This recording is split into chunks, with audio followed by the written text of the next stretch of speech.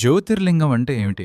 జ్యోతి అంటే కాంతి, లింగం అంటే ఆకారం. పరమశివుడు కాంతి స్తంభంలా వెలిసిన ప్రదేశాలు. భారతదేశంలోని 12 జ్యోతిర్లింగాలు, వాటి యొక్క కథనను ఈ వీడియోలో మనం తెలుసుకుందాం. చివరి వారికి చూడండి. మీరు జ్యోతిర్లింగాలలో మొదటి జ్యోతిర్లింగం సోమనాథ్ టెంపుల్ కి వెళ్లాలనుకుంటున్నారా? ఎలా వెళ్లాలో ఎక్స్ప్లెయిన్ చేస్తాను. సోమనాథ్ టెంపుల్ గుజరాత్ రాష్ట్రంలో ఉంది. మన తెలుగు రాష్ట్రం నుంచి డైరెక్ట్ ట్రైన్స్ అయితే లేవు. వేరవాల్ రైల్వే స్టేషన్ వరకు వెళ్లి అక్కడి నుంచి ఆలయానికి కేవలం 6 కిలోమీటర్ల నుంచి 8 కిలోమీటర్ల వరకు దూరం ఉంటుంది. రైల్వే స్టేషన్ బయటకు వస్తే ఆటోలుంటాయి, 100 రూపాయలు ఛార్జ్ చేసుకుంటారు. మీరు ఫ్లైట్లో వెళ్ళాలి అనుకుంటే దగ్గరలో డయ్యూ విమానాశ్రయం 90 కిలోమీటర్లు ఉంటుంది. అహ్మదాబాద్ లేదా రాజ్కోట్ నుండి బస్సు సౌకర్యం ఉంటుంది. హిందూ పురాణాల ప్రకారం భారతదేశంలోని 12 జ్యోతిర్లింగాలలో సోమనాథ్ అత్యంత పవిత్రమైనది మరియు మొదటిది. దక్ష ప్రజాపతి శాపం వల్ల తన కాంతిని కోల్పోయిన చంద్రుడు సోముడు ఇక్కడ శివుణ్ణి ప్రార్థించి శాప విమోచనం పొందాడని పురాణాలు చెప్తున్నాయి. అందుకే దీనికి సోమనాథ్, చంద్రుడికి ప్రభువు అని పేరు వచ్చింది. ఈ ఆలయం సుమారు 17 సార్లు విదేశీ దురాక్రమణదారులు మహమ్మద్ గజనీ వంటి వారి చేత ధ్వంసం చేయబడింది. సోమనాథ్ ఆలయానికి వెళ్లే దారిలో గుర్రంపై కూర్చుని చేతిలో జెండా పట్టుకునున్న విగ్రహం హమీర్జీ గోహిల్ది. మొఘల్ సేనలు సోమనాథ్ ఆలయంపై దాడి చేసినప్పుడు ఆలయాన్ని రక్షించడానికి కేవలం కొద్దిమంది సైనికులతో కలిసి హమీర్జీ గోహిల్ పోరాడారు. ఆలయ పవిత్రతను కాపాడటం కోసం ఆయన తన ప్రాణాలను అర్పించారు. అందుకే ఆయనను సోమనాథ్ రక్షకుడిగా గౌరవిస్తారు. ఆయన వీరత్వానికి గుర్తుగా సోమనాథ్ ఆలయ ప్రాంగణంలో ఈ భారీ విగ్రహాన్ని ప్రతిష్ఠించారు. కానీ ప్రతిసారి ఇది మళ్లీ పునర్నిర్మించబడింది. ప్రస్తుత ఆలయాన్ని భారత స్వాతంత్రానంతర హోంమంత్రి సర్దార్ వల్లభాయ్ పటేల్ చొరవతో నిర్మించారు. 1951లో డాక్టర్ బాబు రాజేంద్ర ప్రసాద్ చేతుల మీదుగా శివలింగ ప్రతిష్టాపన జరిగింది. ముఖ్యంగా దర్శనం మరియు హారతి సమయాలు ఉదయం 6 గంటల నుండి రాత్రి 10 గంటల వరకు. హారతి సమయాలు రోజుకు 3 సార్లు జరుగుతుంది. మంగళహారతి ఉదయం 7 గంటలు, రాజభోగ్ హారతి మధ్యాహ్నం 12 గంటలు, సంధ్యాహారతి సాయంత్రం 7 గంటలు. మీరు సోమనాథ్ టెంపుల్ని విజిట్ చేయాలనుకుంటే తప్పకుండా లైట్ అండ్ సౌండ్ షో జరుగుతుంది రాత్రి 8 గంటల నుండి 9 గంటల వరకు. ఆలయ చరిత్రను వివరిస్తూ అద్భుతమైన జై సోమనాథ్ ప్రదర్శన జరుగుతుంది. ఇది అస్సలు మిస్ అవ్వకండి. భక్తులు సంప్రదాయ దుస్తులు ధోతి, కుర్తా మరియు ఫార్మల్స్ ధరించాలి. పొట్టి దుస్తులు అనుమతించబడవు. మొబైల్ ఫోన్లు, కెమెరాలు మరియు ఇతర ఎలక్ట్రానిక్ వస్తువులను ఆలయం లోపలికి అనుమతించరు. వీటి కోసం బయట క్లోక్ రూమ్ సౌకర్యం ఉంటుంది. ప్రస్తుత ఆలయం చాళుక్య లేదా సోలంకి నిర్మాణ శైలిలో నిర్మించబడింది. దీనిని కైలాస మహామేరు ప్రసాద్ అని పిలుస్తారు. ఆలయ ప్రాంగణంలో ఒక స్తంభం ఉంటుంది. దీనిపై ఉన్న బాణం దక్షిణ ధ్రువం వైపు చూపిస్తుంది. ఈ బాణం దిశలో సముద్రం మీదుగా దక్షిణ ధ్రువం వరకు ఎక్కడా ఎలాంటి భూభాగం అడ్డురాదని చెప్పే అద్భుతమైన ఖగోళ జ్ఞానం ఇందులో దాగుంది. మీరు సోమనాథ్ టెంపుల్కు వెళ్తే చూడవలసిన ప్రదేశాలు: 1. త్రివేణి సంగమం, హిరణ్, కపిల మరియు సరస్వతి నదులు కలిసే చోటు. 2. బాల్కా తీర్థం, శ్రీకృష్ణుడు తన అవతారాన్ని చాలించిన పవిత్ర స్థలం. 3. పాత సోమనాథ్ ఆలయం, అహల్యాబాయి హోల్కర్ నిర్మించిన శివాలయం. ఇవి అస్సలు మిస్ అవ్వకండి. మల్లికార్జున జ్యోతిర్లింగం మరియు శక్తిపీఠం, ఆంధ్రప్రదేశ్ శ్రీశైలం. భారతదేశంలో వేల సంఖ్యలో శివాలయాలున్నాయి, కానీ ఒకే ప్రాంగణంలో శివుడు జ్యోతిర్లింగంగా, అమ్మవారు శక్తిపీఠంగా కొలువైన ఏకైక మహాక్షేత్రం ఏదో తెలుసా? అదే ఆంధ్రప్రదేశ్లోని నల్లమల అడవుల మధ్య వెలిసిన శ్రీశైల క్షేత్రం. దీనిని దక్షిణ కైలాసం అని ఎందుకంటారు? ఇక్కడి గోడల వెనుక వినిపించే ఆ వింత శబ్దాల రహస్యం ఏంటి? ఈ వీడియోలో పూర్తి వివరాలు తెలుసుకుందాం. పురాణాల ప్రకారం వినాయకుడికి ముందుగా వివాహం జరిగిందని అలిగి కుమారస్వామి ఈ క్రౌంచ పర్వతానికి వచ్చి తపస్సు చేసుకుంటాడు. పుత్రునిపై ప్రేమతో శివపార్వతులు ఇక్కడికి వస్తారు. పార్వతీదేవి మల్లిక, మల్లెపూల వలె పవిత్రమైనదిగా, పరమశివుడు అర్జునుడుగా ఇక్కడ వెలిశారు. అందుకే ఈ స్వామికి మల్లికార్జునుడు అని పేరు వచ్చింది. ఇది 12 జ్యోతిర్లింగాలలో రెండోది. ఇక్కడ మరో అద్భుతం అమ్మవారు. అరుణాసురుడు అనే రాక్షసుడిని సంహరించడానికి అమ్మవారు వేల కొద్దీ భ్రమరాల, తుమ్మెదల రూపం దాల్చింది. అందుకే ఈమెను భ్రమరాంబికాదేవి అంటారు. ఆదిశంకరాచార్యుల వారు ఇక్కడే ఉండి శివానంద లహరి రాశారు. అమ్మవారి గర్భాలయం వెనుక గోడకు చెవి ఆనించి వింటే ఇప్పటికీ తుమ్మెదల జంకారం వినిపిస్తుందని భక్తుల నమ్మకం. ఈ ఆలయ చరిత్ర కొన్ని వేల ఏళ్ల నాటిదే. శాతవాహనులు, కాకతీయులు, విజయనగర రాజులు ఈ ఆలయాన్ని ఎంతో అభివృద్ధి చేశారు. ముఖ్యంగా ఛత్రపతి శివాజీ మహారాజ్ ఇక్కడికొచ్చి అమ్మవారిని దర్శించుకుని ఒక గోపురాన్ని నిర్మించారు. ఇక్కడ పాతాళ గంగ కృష్ణా నదిలో స్నానం చేస్తే పాపాలన్నీ తొలగిపోతాయని భక్తుల విశ్వాసం. మరో ఆశ్చర్యకరమైన విషయం ఏంటంటే శ్రీశైల శిఖరాన్ని చూస్తే చాలు పునర్జన్మ ఉండదని శాస్త్రం చెప్తోంది. శ్రీశైలం ఆలయ గోడల మీద అద్భుతమైన శిల్పాలు ఉంటాయి. ఇక్కడ దాదాపు 3000 పైగా శిల్పాలున్నాయి. రామాయణ మహాభారత ఘట్టాలను ఈ రాళ్లపై అద్భుతంగా చెక్కారు. ఒకప్పుడు ఈ ఆలయానికి చుట్టుపక్కల 9 నంది విగ్రహాలు ఉండేవని, అందుకే దీనిని నవనందుల క్షేత్రమని కూడా అంటారని చరిత్ర చెబుతోంది. ఆధ్యాత్మికంగానే కాకుండా చరిత్రపరంగా కూడా శ్రీశైలం మన దేశానికే గర్వకారణం. మీరెప్పుడైనా శ్రీశైలం వెళ్లారా? అక్కడ మీకు కలిగిన అనుభూతిని కింద కామెంట్స్లో తెలియజేయండి. ఇలాంటి మరిన్ని ఆధ్యాత్మిక విశేషాల కోసం మా ఛానల్ని సబ్స్క్రైబ్ చేసుకోండి. ఓం నమః శివాయ. మహాకాళేశ్వర్ జ్యోతిర్లింగం మరియు శక్తిపీఠం, మధ్యప్రదేశ్, ఉజ్జయినిలో ఉన్న మహాకాళేశ్వర జ్యోతిర్లింగం గురించి మన అందరికి తెలిసిన విషయం ఏంటి అంటే 12 జ్యోతిర్లింగాల్లో 3వ జ్యోతిర్లింగం అని. మీకు తెలియని మరికొన్ని ఆశ్చర్యకరమైన విషయాల గురించి ఈ వీడియోలో తెలుసుకుందాం. మహాకాళేశ్వర జ్యోతిర్లింగం హిందూ మత ప్రసిద్ధ శైవ క్షేత్రం. ఇది 12 జ్యోతిర్లింగాలలో ఒకటి. ఇది మధ్యప్రదేశ్ రాష్ట్రంలోని ఉజ్జయిని నగరంలో ఉంది. ఈ దేవాలయం రుద్రసాగరం సరస్సు సమీపాన ఉంది. ఈ దేవాలయంలో విశేషమైన శివలింగాన్ని స్వయంభూగా భావిస్తారు. సాధారణంగా అన్ని జ్యోతిర్లింగాలు తూర్పు ముఖంగా ఉంటాయి, కానీ మహాకాళేశ్వరుడు ఒక్కడే దక్షిణం వైపు చూస్తూ ఉంటాడు. మహాకాళేశ్వర ఆలయంలో ప్రతిరోజు తెల్లవారుజామున జరిగే భస్మహారతి ప్రపంచ ప్రసిద్ధి. ఇక్కడ ఆశ్చర్యం ఏంటి అంటే పూర్వం శ్మశానం నుండి అప్పుడే కాల్చిన శవంతాలకు బూడిదను తెచ్చి అభిషేకం చేసేవారట. కానీ ఇప్పుడు ఆవు పేడతో చేసిన విభూతిని వాడుతున్నారు.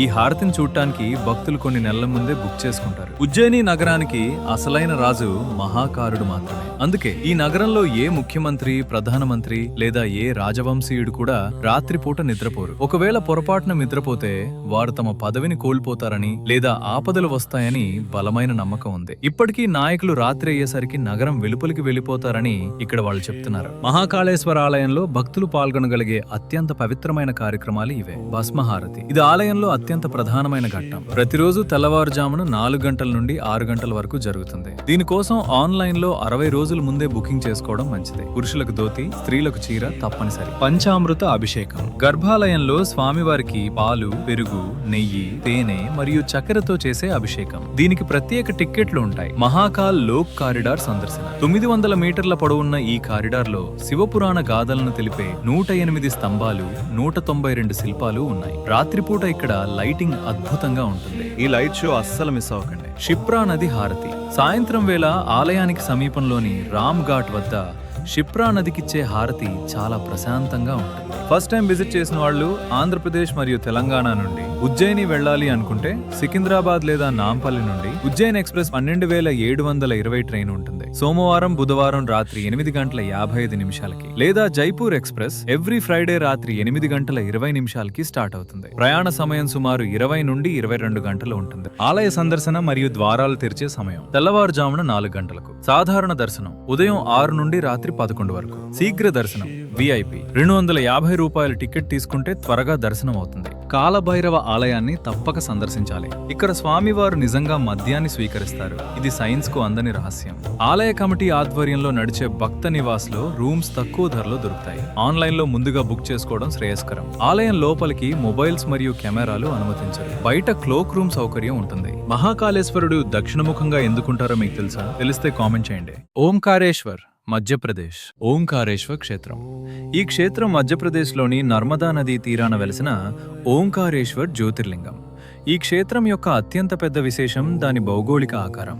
నర్మదా నది మధ్యలో ఉన్న ఈ ద్వీపం మాంధాత పర్వతం సహజంగానే ఆకాశం నుండి చూస్తే ఓం ఆకారంలో ఉంటుంది. అందుకే ఈ స్వామికి ఓంకారేశ్వరుడు అని పేరు వచ్చింది. పురాణాల ప్రకారం ఇక్కడ 3 ప్రధాన కథలున్నాయి. వింధ్య పర్వతం. ఒకప్పుడు వింధ్య పర్వతం తన అహంకారంతో పెరిగిపోతుంటుంది. నారదుడి సలహాతో తన అహంకారాన్ని తగ్గించుకోవడానికి ఇక్కడ శివుడి కోసం పార్థివలింగాన్ని చేసి తపస్సు చేస్తుంది. శివుడు ప్రత్యక్షమై తనలోని ఒక భాగాన్ని ఇక్కడ జ్యోతిర్లింగంగా ఉంచాడు అని ఇక్కడ భక్తులు చెప్తున్నారు. మాంధాత చక్రవర్తి. ఇక్ష్వాకు వంశానికి చెందిన మాంధాత రాజు ఇక్కడ కఠోర తపస్సు చేశాడు. ఆయన భక్తికి మెచ్చిన శివుడు ఇక్కడే కొలువై ఉంటానని వరమిచ్చాడు. అందుకే ఈ కొండను మాంధాత పర్వతం అని కూడా అంటారు. మమలేశ్వరం ఓంకారేశ్వర్లో ఒక వింత ఉంది. ఇక్కడ జ్యోతిర్లింగం ఒకటే అయినా అది రెండుగా పూజించబడుతుంది. నదికి ఒకవైపు ఉన్నది ఓంకారేశ్వరుడు, రెండో వైపు ఉన్నది అమలేశ్వరుడు. ఈ రెండింటినీ దర్శించుకుంటేనే జ్యోతిర్లింగ దర్శనం పూర్తయినట్లు లెక్క. ఇక్కడ భక్తుల నమ్మకం ఏంటి అంటే శివుడు ఇక్కడికొచ్చి నిద్రపోతాడు అని. ప్రతిరోజు రాత్రిపూట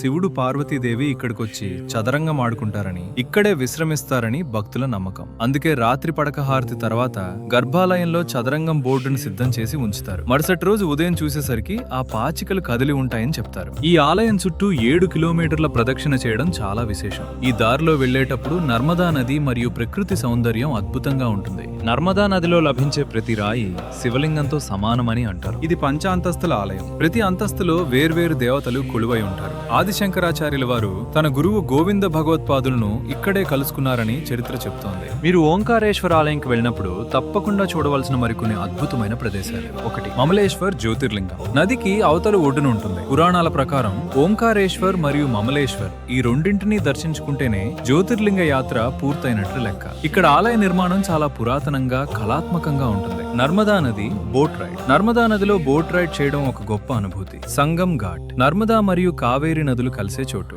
నర్మదా డామ్ వ్యూ. ఆనకట్ట యొక్క అందాలను చూడవచ్చు. అభయ ఘాట్, నాగర్ ఘాట్ వంటి ప్రదేశాలను సందర్శించవచ్చు. ఇటీవల నిర్మించిన ఆది శంకరాచార్యుల 108 అడుగుల భారీ విగ్రహం. ఆది శంకరాచార్యుల వారు తన గురువు గోవింద భగవత్పాదులను కలుసుకుని ఆధ్యాత్మిక విద్యను అభ్యసించిన గుహలివి ఓంకారేశ్వర్ ఆలయానికి సమీపంలోనే ఉంటాయి. ఇక్కడి ప్రశాంతత ఆధ్యాత్మిక భావనను కలిగిస్తుంది. సిద్ధనాథ్ ఆలయం. ఇది 13వ శతాబ్దానికి చెందిన ఆలయం. దీనిపై ఉన్న శిల్పకళ, ఏనుగుల విగ్రహాలు అప్పటి వాస్తుకళకు నిదర్శనం. ఇది కొంచెం ఎత్తులో ఉండటం వల్ల ఫోటోగ్రఫీకి చాలా బాగుంటుంది. మండు 104 కిలోమీటర్లు. చారిత్రక కట్టడాలు, ప్యాలెస్లు చూడాలనుకునే వారికి ఇది బెస్ట్ ప్లేస్. ఉజ్జయిని 138 కిలోమీటర్లు. మీరింకా ఉజ్జయిని వెళ్ళకపోతే ఇక్కడ నుండి సుమారు 3 నుంచి 4 గంటల్లో చేరుకోవచ్చు. కేదార్నాథ్ ఉత్తరాఖండ్. సముద్ర మట్టానికి 11,000 అడుగుల ఎత్తున మంచు కొండల మధ్య ఆ శివుడు ఎలా వెలిశాడో తెలుసా? కేదార్నాథ్ ఆలయ రహస్యాలు మీకోసం. కేదార్నాథ్ హిమాలయాల శిఖరాన కొలువైన మహాద్భుతం.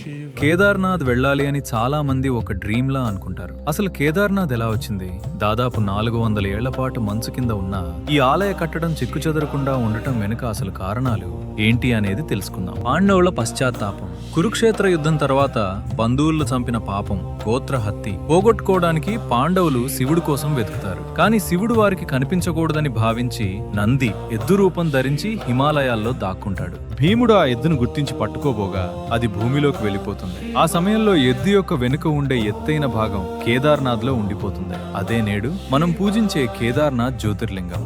పంచ కేదారాలుగా వెలిశాయి. అందులో మొదటిది కేదార్నాథ్, రెండవది మధ్య మహేశ్వర్. ఇక్కడ శివుని నాభి భాగం వెలిసింది. లింగం కూడా కేదార్నాథ్ తరహాలోనే నల్లని సిరలా ఉంటుంది. చుట్టూ పచ్చని పచ్చిక బయళ్లు. హిమాలయ శిఖరాల మధ్య ఈ ఆలయం అత్యంత ప్రశాంతంగా ఉంటుంది. తుంగనాథ్ ఇక్కడ శివుని భుజాలు లేదా బాహువులు వెలిశాయి. ఇది ప్రపంచంలోనే అత్యంత ఎత్తులో ఉన్న శివాలయం. సుమారు 3680 మీటర్లు. రావణుడిని చంపిన తర్వాత కలిగిన బ్రహ్మహత్యా పాతకాన్ని పోగొట్టుకోవడానికి శ్రీరాముడు కూడా ఇక్కడ తపస్సు చేశాడని చెప్తారు. దీనిని చంద్రశిల అంటారు. రుద్రనాథ్ ఇక్కడ శివుని ముఖం వెలిసింది. ఇక్కడ శివుణ్ణి నీలకంఠ మహాదేవుడు అని పిలుస్తారు. పంచకేదారాలలోకెల్లా రుద్రనాథ్ వెళ్లడం అత్యంత కఠినం. దాదాపు 20 కిలోమీటర్ల మేర దట్టమైన అడవుల్లో నడవాల్సి ఉంటుంది. ఇక్కడ శివుడు వైతరణి నది ఒడ్డున కొలువై ఉంటాడు. కల్పేశ్వర్ ఇక్కడ శివుని జటాజూటం వెలిసింది. ఈ ఆలయం ఒక చిన్న గుహలో ఉంటుంది. పంచకేదారాలలో కేవలం కల్పేశ్వర్ ఆలయం మాత్రమే ఏడాది పొడవునా తెరిచి ఉంటుంది. మిగిలిన 4 క్షేత్రాలు మంచు కారణంగా